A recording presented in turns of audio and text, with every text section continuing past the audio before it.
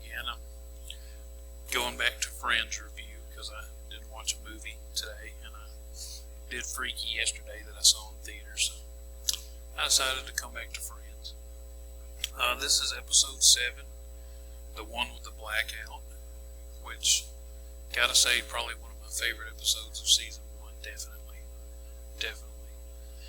This starts out in Central Perk, and all the groups there except for Chandler, and Phoebe's getting ready to go on stage and sing. I think this is the first time we've seen that she sings in the show, but it's going to happen a lot the rest of the show.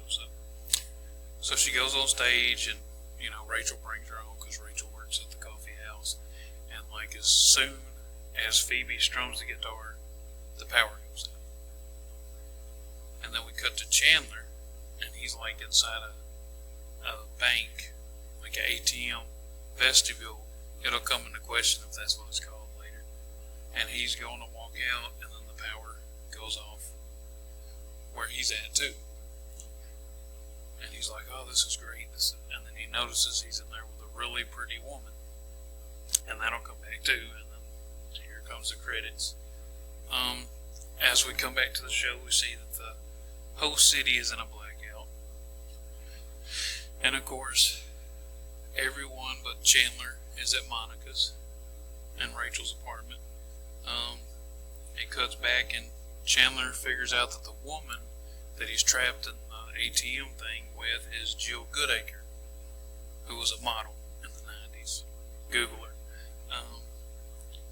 And then in his head, he's debating, is this a ATM vestibule or is it an atrium? He's like, that's what you need to be debating. His inner dialogue in this movie is hilarious.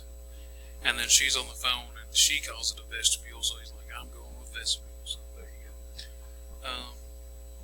We cut back to Monica's, and Joey comes in with a lit up menorah. It was the only thing he had that would hold candles, so he's got I think there's 9 candles in a menorah. There's 4 on each side, and then 1 in the middle. Well, they're all lit up.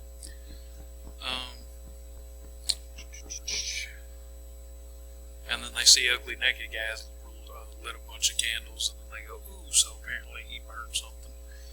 Don't know what, and glad they didn't say really. We go back to Chandler, and he's awkward, but he's trying to smile at Jill Goodacre. And then he's like all freaking her out. It's more inner. A lot of the first part of him and her is just him talking to himself about how awkwardly he's acting and how he's freaking her out. So it's pretty funny. So she offers him the phone, and he calls Monica's at Rachel's apartment and gets Monica.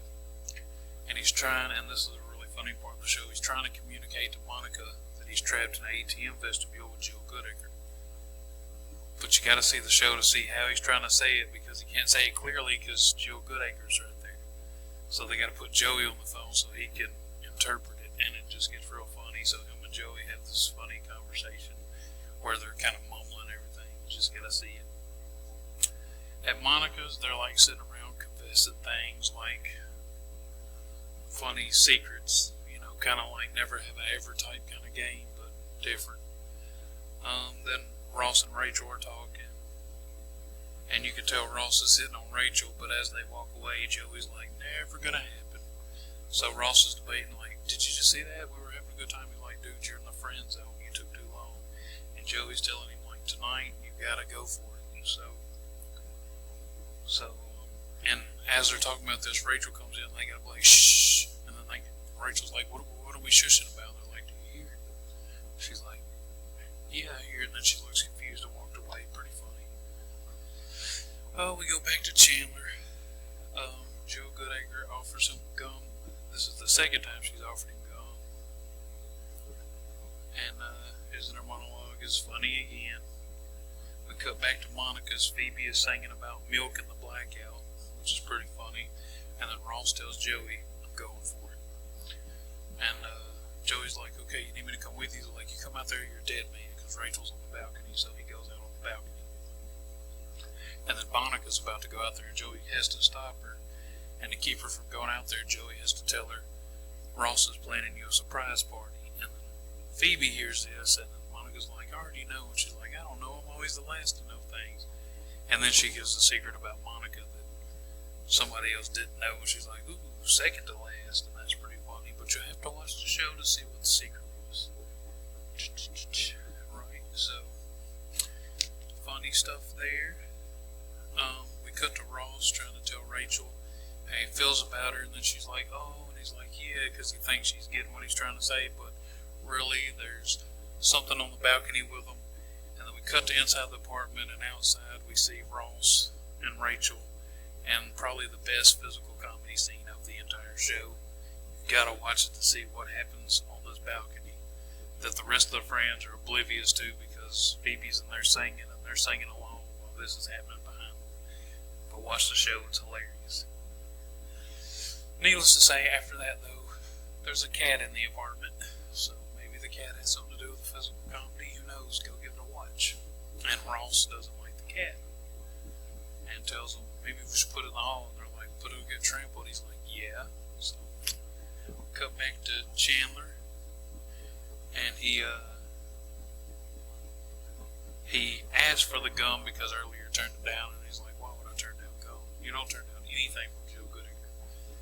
But he gets the gum, but he's real funny about it.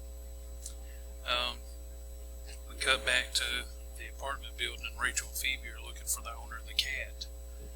And they're knocking on doors, and they run into Mr. Heckles. He will come back in the show. He says it's his cat, but you'll find out in the show anything they come to him with, he says it's his. So, but the cat's like, acts like it knows him, but doesn't like him, and it's squirming, and it gets away.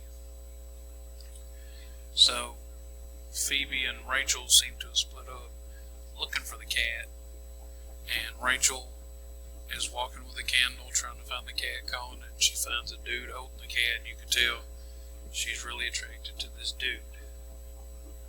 And she brings the dude back to Monica's, and she introduces him to everybody. He doesn't speak English, but Monica's swooning him. Ross isn't happy, and funnily questions where the guy's from, and Rachel's like, Italy, I think. He's like, no, where's he, like, from, like, now, here, into our lives? And then Phoebe comes in and is like, I can't find the cat. She's like, oh, I found the cat, this is its owner, Paolo. And she's like, the last to know again. So that's a running joke. And then, of course, Phoebe also swoons over Paolo. And then we're back to Chandler, and he does something stupid to impress Jill Goodacre, and then he does something even more stupid after that goes wrong. Needless to say, he ends up choking, and she saves him, but then that kind of breaks the ice because she makes a joke that refers back to what he said earlier. So they seem to have broken the ice now. We go back to Monica's.